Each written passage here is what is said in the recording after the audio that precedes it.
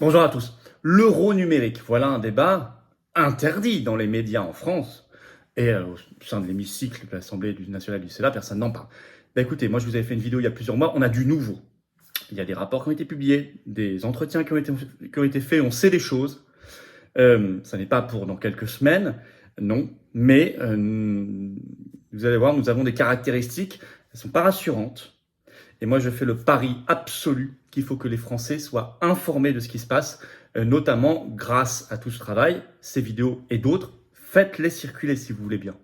Je suis persuadé que plus les gens sont informés, plus ils deviennent résistants. On va voir d'ailleurs ce qu'il faut faire. Et je vais vous expliquer tout ça de manière très concrète dans cette vidéo. N'ayez pas peur si vous ne connaissez pas la thématique de l'euro numérique. Je vous rappellerai très rapidement ce que c'est. J'ai fait une vidéo encore une fois spécifiquement sur ce thème sur cette chaîne il y a quelques mois. Allez la voir si vous n'avez pas vu, mais c'est pas compliqué, vous allez voir. Et c'est un sujet pas du tout simplement monétaire, c'est un sujet concernant nos libertés, notre souveraineté de peuple et même nos libertés publiques, nos libertés individuelles, nos libertés fondamentales. C'est très très très important comme sujet. Et c'est lié beaucoup à l'identité numérique aussi, on va y revenir. Bref, vous allez voir tout ça dans cette vidéo dans un instant. N'hésitez pas donc à la faire circuler. Pour cela, je lance toujours mon petit appel solennel, il a été efficace. Merci de continuer, s'il vous plaît, à vous abonner à cette chaîne YouTube. Petit bouton en dessous, vous cliquez sur s'abonner, c'est gratuit, c'est instantané. Vous le savez, YouTube en ce moment fait une politique de restriction des abonnés sur plein de chaînes, plein de chaînes. Et donc, il faut vraiment faire ce tout petit effort, ce petit clic si vous pouvez vous abonner, parce que plus vous êtes abonné, plus les algorithmes recommandent ces vidéos. Profitez-en pour appuyer sur la petite cloche à côté, une fois que vous êtes abonné. Comme ça, vous recevrez des notifications vous disant, ça y est, il y a une nouvelle vidéo sur la chaîne, il y a un nouveau direct. C'est quand même plus pratique pour vous. Grand, sincère merci à ceux qui se sont abonnés à la chaîne récemment et à ceux qui vont le faire dans les minutes qui viennent. Rendez-vous ce jeudi 11 mai au soir, je suis dans le Jura. Il reste peut-être quelques places. Tour de France de la Résistance. Vous écrivez à référent 39, tout collé sans accent, @les-patriotes.fr pour information et réservation. J'ai hâte de vous voir, bien évidemment. Par ailleurs, eh bien, n'oubliez pas, nous avons lancé une grande pétition nationale pour un vrai débat, enfin, comme en Allemagne, confirme ma vidéo d'hier, sur les effets secondaires des injections Covid. Elle est en lien sous la vidéo en description. Si vous ne l'avez pas encore signé ni relayé, c'est vraiment le moment de le faire. Il faut qu'on impose ce débat-là. Je clôt la parenthèse. Allez, on y va. Euro numérique du nouveau. Il faut en parler, je l'ai dit, car bien sûr, radio, télévision, presse en France n'en parle pas. J'ai fait une vidéo donc, il y a quelques mois. Alors, c'est un projet qui remonte à octobre 2021. Il n'est pas du tout anodin que ce soit lié à l'agenda du Covid, parce que, évidemment, ça surfe sur le Covid, et notamment sur l'idée qu'il faudrait se passer des pièces, des billets, des espèces du liquide qui pourraient être potentiellement contaminantes, et donc on va vous trouver une solution, évidemment. Là, nous sommes toujours dans la première phase qui va se terminer en octobre 2023, qui s'appelle la phase d'études sur l'euro numérique. Ça ne veut pas dire que l'euro numérique existera en octobre 2023, comme je le dis parfois, non, c'est juste la fin de la première phase d'études. Et donc le troisième et dernier rapport de cette phase d'études vient d'être publié par la Banque Centrale Européenne ce 24 avril, et sur le site internet, vous pouvez aller le voir, il est en anglais, de la Banque Centrale Européenne. Moi, je l'ai lu de A à Z, je vais vous en parler aujourd'hui. Il y a d'autres sources qui sont sorties en même temps. Et dans ce rapport, je lis, au deuxième trimestre 2023, la Commission européenne ambitionne de proposer une régulation pour établir l'euro numérique. Et en automne 2023, donc dans quelques mois, le Conseil des gouverneurs de la Banque Centrale Européenne décidera de lancer la prochaine phase ou pas. Moi, je vous annonce déjà, ils vont la lancer. Sauf s'il y a une immense mobilisation populaire qui se met en place en France et dans d'autres pays où ça commence aussi à monter. Alors, qu'est-ce que c'est? D'abord, très rapidement, mais allez voir ma première vidéo, l'euro numérique, je ne vais pas revenir dans le détail ici. C'est une monnaie numérique de banque centrale, comme on dit. C'est-à-dire que vous avez un compte, mais directement dans la Banque Centrale Européenne, et qui vous crédite des euros numériques. Ça n'est pas, l'euro numérique, ça se confond pas avec quand vous payez par carte bancaire, par carte bleue, etc., où vous faites un virement. C'est encore autre chose. C'est un autre mode de paiement. Et c'est la Banque centrale qui pilote directement chaque euro que vous avez sur ce compte dédié euro numérique, donc monnaie numérique de Banque centrale, et qui peut lui affubler des caractéristiques. Et on va voir justement, on apprend des choses concrètes dans ce rapport, dans ce dernier rapport du 24 avril, quelles caractéristiques elle souhaite donner à cette monnaie. Mais vous voyez tout de suite, et la CNIL d'ailleurs, je vous en ai parlé récemment, avait tiré la sonnette d'alarme, il y a un problème pour les libertés, c'est que la Banque centrale connaît la destination de chacun de vos euros. Donc on dit souvent c'est une version numérique de la monnaie fiduciaire, des pièces et des billets. Ça, c'est ce qu'on vous vend la propagande. Oui, c'est pratique pour vous, c'est pratique d'utilisation, c'est ce qu'on vous dit, c'est encore écrit dans le rapport, je vais vous en parler. Mais en réalité, à la grande différence des pièces et des billets, l'immense différence, c'est qu'il n'y a plus aucun anonymat. Il y a un contrôle total. Et même, on peut affubler les caractéristiques à chaque euro. Ce qu'on ne peut pas faire avec une pièce ou un billet, vous pouvez utiliser librement. Là, on peut décider vers quoi vous devez l'utiliser. Et justement, c'est ce que veut faire la Banque centrale. Donc, je reviens à ce rapport. Donc, il est écrit, page 6, les utilisateurs finaux, donc vous et moi, pourront utiliser l'euro numérique via leur application bancaire existante ou via une application spécialement fournie par l'Eurosystème. L'Eurosystème, c'est ce qui pilote la Banque centrale européenne. Ça, c'est quand même nouveau, on apprend cela. Alors, il est écrit par ailleurs, pour les paiements en magasin, je cite, les paiements par QR code ou sans contact sont envisagés avec préférence pour le QR code.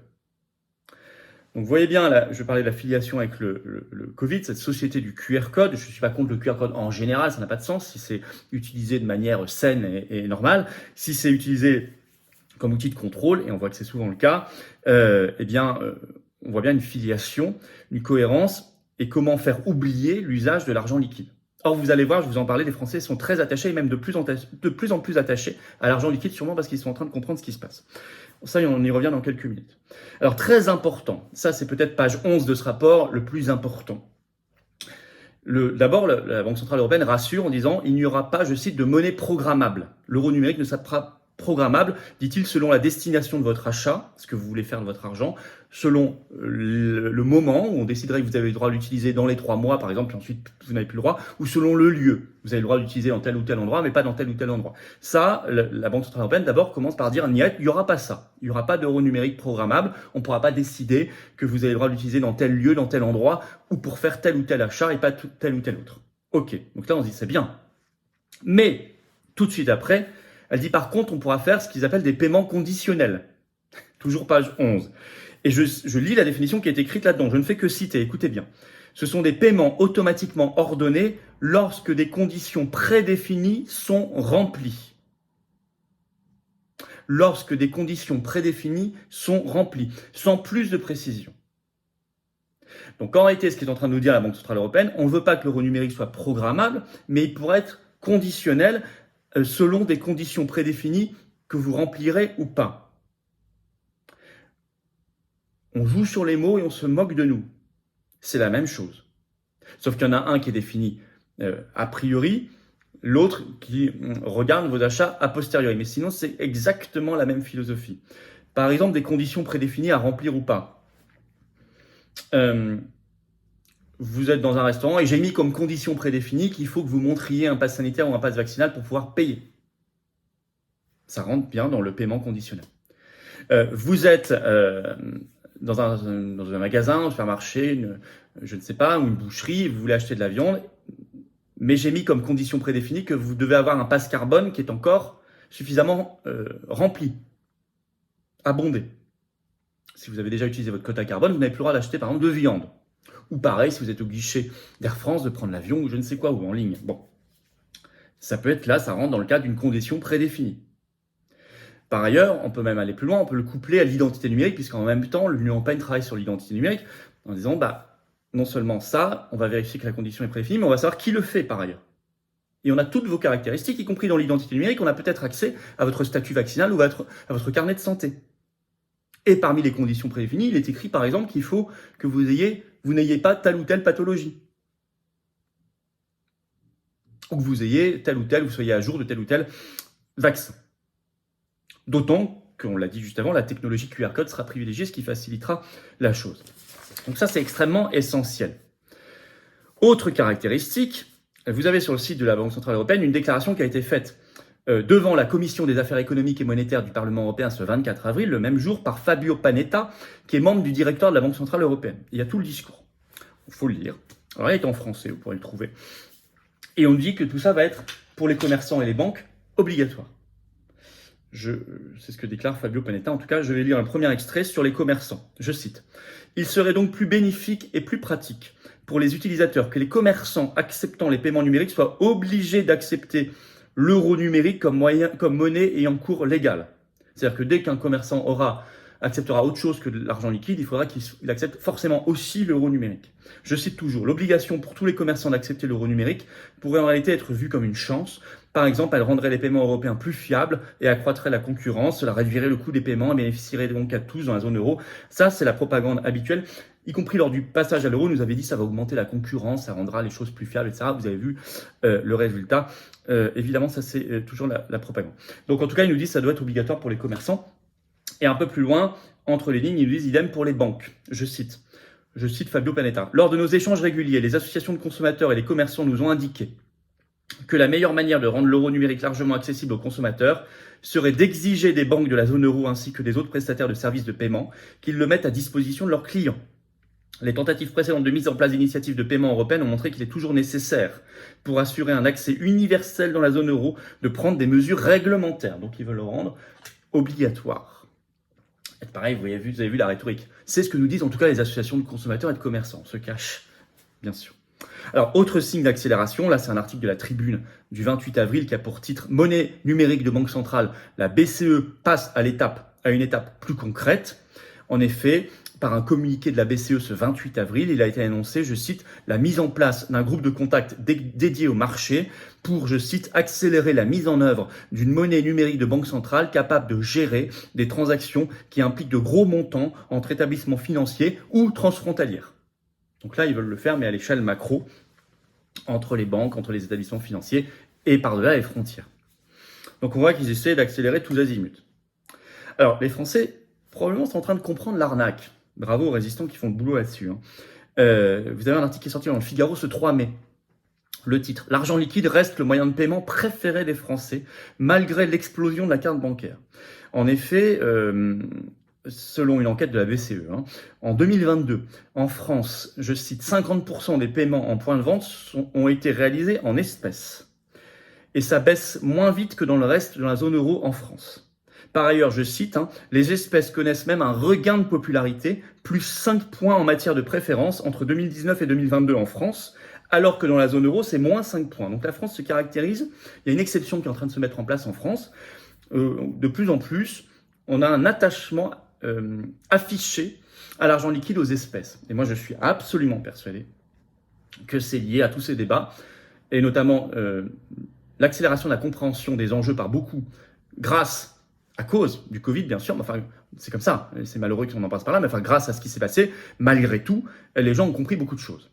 Et on voit bien là-dessus. Alors, en conclusion, justement, on voit bien, donc, plus on est informé, plus on est résistant. Donc, faites savoir ce qui se passe sur l'euro numérique et l'identité numérique. Partagez, si vous voulez bien, cette vidéo. Je lance mon petit appel vraiment solennel. Abonnez-vous à cette chaîne. Appuyez sur clic en dessous. S'abonner, c'est gratuit. Parce que YouTube, en ce moment, fait de la restriction sur beaucoup de chaînes YouTube. Et c'est important de s'abonner. Merci beaucoup. C'est vraiment important. Par ailleurs, pratiquement, mais comment on est résistant concrètement? Utilisez au maximum les espèces et l'argent liquide. Utilisez au maximum. C'est comme ça qu'on est résistant. Après, il y a d'autres stratégies, il y a des associations qui travaillent sur le retrait d'argent des banques, etc. Je ne vais pas rentrer dans le détail ici, on en fera peut-être un entretien spécial avec une personne qui connaît bien ce sujet un peu plus tard. Mais pour l'instant, déjà, il y a ça. Extrêmement important, faire savoir, faire circuler l'info, utiliser au maximum dans ses achats quotidiens le liquide, comprendre les liens avec l'identité numérique et militer pour la sortie de l'euro et donc le Frexit. Le meilleur moyen encore de lutter contre l'euro numérique, c'est de lutter contre l'euro tout court. Bien évidemment. Plus une monnaie est oligarchique et supranationale, plus elle a de chances de passer en mode numérique et liberticide. Donc ça, je vous incite à comprendre les liens avec la nécessité du Frexit. C'est vraiment le même sujet. Voilà. Écoutez, faites circuler donc. Nous avons rendez-vous ce jeudi 11 mai le soir dans le Jura. Vous écrivez à référence39@les-patriotes.fr pour information et réservation. N'oubliez pas la grande pétition nationale pour le débat sur les effets secondaires injection Covid en France. La pétition, le lien est sous la vidéo en description. N'hésitez pas à la signer, à la partager. Là aussi, je lance un appel solennel. J'ai besoin de vous. Il y a des gens qui me disent je vais adhérer, je vais réadhérer ou je vais faire un don de soutien. Mais pas demain, les amis. Faites-le maintenant. Les combats, vous avez vu, l'oligarchie, elle est contre nous, elle avance maintenant, pas demain. On se bat pour nous et nos enfants et les générations qui viennent maintenant, pas demain. On se bat pour notre humanité encore humaine, pour notre belle France éternelle, belle, rebelle, libre, maintenant, pas demain. Ça, c'est le premier pôle de résistance en France. C'est le plus grand mouvement souverainiste et de loin en France, en termes d'adhérents, d'actions sur le terrain, etc. Vous allez encore le voir cette semaine. Je vous attends. Tout est défiscalisé aux 2 tiers pour vous, l'adhésion, la réadhésion, le don. C'est défiscalisé aux 2 tiers pour vous, profitez-en. Je vous dis très solennellement, je ne m'en dis en rien, je vous dis juste la vérité. Il y en a qui vous disent pas la vérité, moi je vous dis la vérité. On n'a pas reçu 1 euro d'aide publique jusqu'ici, on n'a pas d'aide des banques, on a tout le système contre nous, mais on tient bon. Il faut être là. Ou il faut adhérer si vous n'êtes plus à jour, parce que votre adhésion a plus d'1 an, ou il faut faire un don si vous pouvez. Et même si vous pouvez faire un don supérieur à 500 euros, vous avez un avantage personnalisé que nous on ajoute. C'est expliqué sur le site des Patriotes. Voilà, comment on fait? Adhérer, réadhérer, c'est le premier lien sous la vidéo en description. C'est un lien également en commentaire épinglé, une petite fiche maintenant sur l'écran. Et dans quelques secondes, en cliquant sur l'écran, vous avez le choix. Faire un don de soutien, c'est le deuxième lien sous la vidéo en description. Laisse facile, voilà, c'est immédiat. Énorme, bravo aux donateurs, aux réadhérents. Bienvenue aux nouveaux adhérents patriotes résistants. Et vive la France!